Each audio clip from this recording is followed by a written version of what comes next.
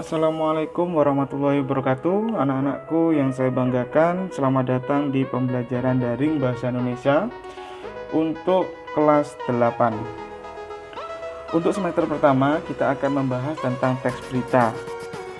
Dengan ini, setelah mempelajari materi ini, kamu diharapkan mampu. Yang pertama, menjelaskan pengertian berita. Yang kedua, mengidentifikasi unsur-unsur berita yang kamu dengar dan kamu baca. Selanjutnya kita akan bahas tentang pengertian teks berita. Silakan dibuka LKS-nya halaman 5. Teks berita merupakan teks yang berisi tentang segala yang terjadi di dunia yang ditulis di media cetak, contohnya surat kabar atau koran. Disiarkan di radio, ditayangkan di televisi, atau diunggah di situs. Ada 7 ciri teks berita yang perlu kita ketahui.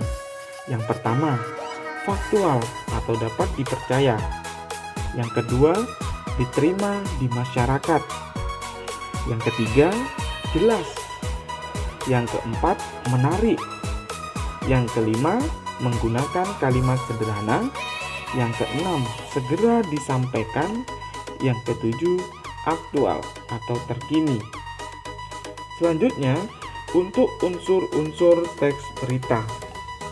Unsur-unsur teks berita meliputi 5W plus 1H, atau dalam bahasa Indonesia kita sering dengar yaitu adik simba. Unsur pertama yaitu apa, what, yakni berisi pertanyaan yang menjawab pertanyaan apa. Yang kedua, siapa, who, yakni berisi keterangan orang-orang yang terlibat dalam peristiwa. Yang ketiga, kapan, when, yakni berisi keterangan waktu kejadian peristiwa. Yang keempat, di mana, where, yakni berisi deskripsi tempat kejadian peristiwa. Yang kelima, mengapa, why, yakni alasan atau latar belakang terjadinya peristiwa. Yang terakhir, bagaimana, how, yakni berisi penjelasan proses kejadian suatu peristiwa. Materi selanjutnya yaitu meringkas dan menyimpulkan berita. Langkah-langkah menyusun ringkasan berita, yang pertama membaca atau mendengarkan berita.